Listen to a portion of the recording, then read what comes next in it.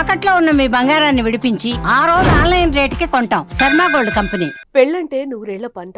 వేదమంత్రాల సాక్షిగా బంధుమిత్రుల సమక్షంలో ఒకటైన జంటను నిండు నూరేళ్లు కలిసి బతకాలని దీవిస్తూ ఉంటారు. కానీ ఈ మధ్య కాలంలో పెళ్లి పేరుతో ఘరానా మోసాలు జరుగుతున్నాయి. ఓ యువకుడికి 34 ఏళ్లైనా పెళ్లి కాలేదు. ఎన్ని సంబంధాలు చూసినా వచ్చినట్టే వచ్చిపోతున్నాయి. ఇక లాభం లేదనుకుని మధ్యవర్తులను నమ్ముకున్నాడు. కట్ చేస్తే పెళ్లైన 5 రోజులకే లబోదిబో అంటూ పోలీస్ స్టేషన్ కి పరిగెత్తి తన గోడును పోలీసులకు విన్నవించుకున్నాడు. ఇందుకే ఆ యువకుడికి ఏం జరిగింది? పెళ్లైన తర్వాత పోలీస్ స్టేషన్ కి ఎందుకు వెళ్లాడు? పూర్తి వివరాలు ఈ స్టోరీలో చూద్దాం.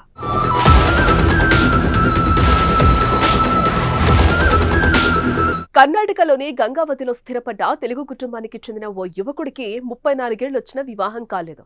దీంతో యువకుడి తల్లిదండ్రులు ఏపీకి చెందిన శ్రీదేవిని కలిసి తమ కొడుక్కి పెళ్లి సంబంధాలు చూడాలని చెప్పారు. ఈ క్రమంలోనే తాయారు అనే పెళ్లిళ్ల బ్రోకర్ ని శ్రీదేవి వారికి పరిచయం చేసింది. పార్వతి, విమల, ఆటో డ్రైవర్ అప్పారావులు కృష్ణలంకకు చెందిన ఓ యువతితో గత నెల 13న విజయవాడలో పెళ్లి చూపులు తతంగం జరిపించారు.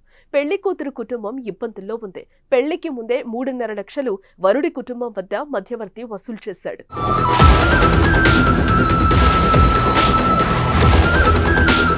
మొత్తానికి అన్ని ఏర్పాట్లు చేసి ఈ 5న ఇంద్రకీలాద్రిపై యువకుడితో పల్లవి వివాహం సంప్రదాయబద్ధంగా జరిగింది.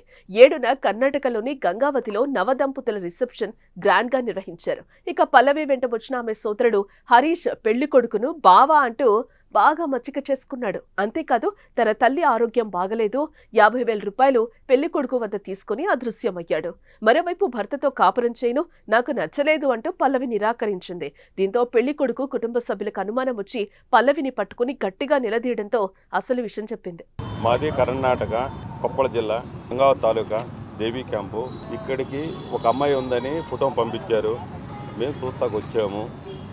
కృష్ణనగర్ అని అక్కడ ఒక దుక్కున పేక్ చేసి ఒక అమ్మాయిని ఒక తల్లిగా సృష్టించి చూపించారు. చూపించాక ఆధార్ కార్డు కాపుల అమ్మాయి అని చూపించారు మాకు పేక్ చేసి. 5వ తారీఖుని పెళ్ళయింది. అయాల 50,000 ఇచ్చాము చూపించున్నాడు. మళ్ళీ 3,50,000 పెళ్ళైనాడు ఇచ్చాము. ఇలాగ మోసం చేసి అక్కడికి వెళ్ళాక మేము పెద్ద ఫంక్షన్ చేసాము. 10 లక్షలు ఖర్చు పెట్టి చేసి అన్నీ అయిపోయాక 3వ రోజుని పెద్దోళ్ళు చేద్దామని చేసాము. చేశాక నన్ను ముట్టుకోవద్దని పక్కిండింది. సర్లేని 2 రోజులు అడ్జస్ట్మెంట్ అయ్యాక ఏదో చేసుకుంటారులే అని మేము ఊరుకున్నాం.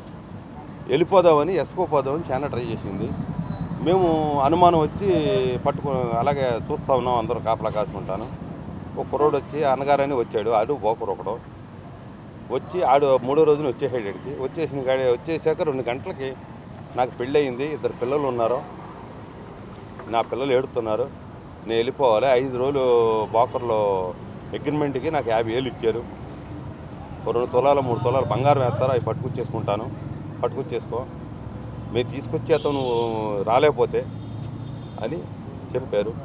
మేము ఇక్కడ తీసుకొచ్చాం. ఇప్పుడు పొద్దున్న తీసుకొచ్చాక ఆ బోకర్లు పట్టుకుంటే ఏం చేసుకుంటావో, కేసు పెట్టుకుంటావో, ఏం చేసుకుంటావో చేసుకో అన్నారు.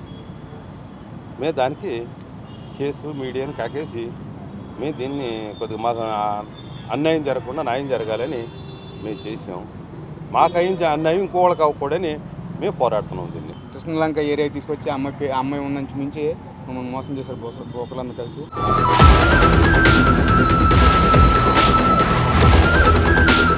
తనకు గతంలోనే వివాహమైందని, భర్త 2 పిల్లలున్నారని చెప్పింది.